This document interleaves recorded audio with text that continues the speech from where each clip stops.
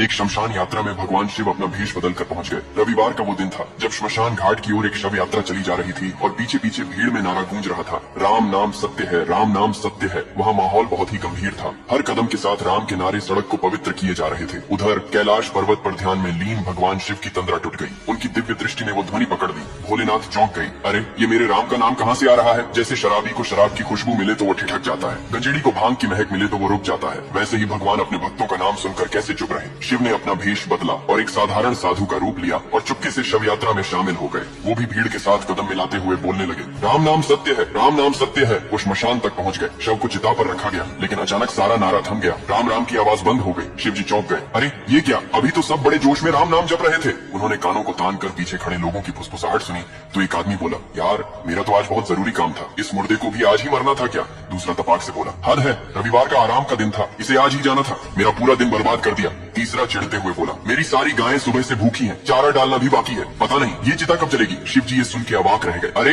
ये क्या बकवास है? जब शव लेकर आ रहे थे तो बड़ी श्रद्धा से राम राम बोल रहे थे, अब ये भाषा क्यों बदल गई? कुछ तो गड़बड़ है। उन्होंने पास खड़े एक शख्स से पूछा, भैया तुम लोग अभी तक बड़े भक्ति भाव से राम नाम जप रहे थे, अब अचानक चुप क्यों हो गए? वो शख्स हंसते हुए बोला, अरे साधु बाबा, मुर्दा तो जल गया ना, अब किसके लिए राम राम करें? काम खत्म हुआ, घर चलो अब। शिव जी के पैरों तले जमीन खिसक गई। सब लोग अपने अपने घर लौट गए, लेकिन भोलेनाथ वहीं श्मशान में अकेले खड़े रह गए। जलती चिता की राख को देखते हुए उन्होंने उसे उठाया और अपने शरीर पर मल लिया। मन ही मन बोले, इस मुर्दे की वजह से ही मैं यहाँ आया, इसकी वजह से इतने लोगों ने मेरे राम का नाम लिया। ये राख भी अब पवित्र हो गई है, इसे मैं अपने तन पर धारण करूंगा ताकि राम नाम की ध्वनि मुझसे सदा निकलती रहे। तब से भोलेनाथ भस्म रमाए रहते हैं। वो हमें यही संदेश देते हैं, जो इस संसार में जन्मा है उसे एक दिन मिट्टी में मिल जाना है। राजा हो या रंक, अंत तो श्मशान ही है। तो फिर घमंड किस बात का? राम नाम जपो, क्योंकि वही सत्य है, वही शिव है।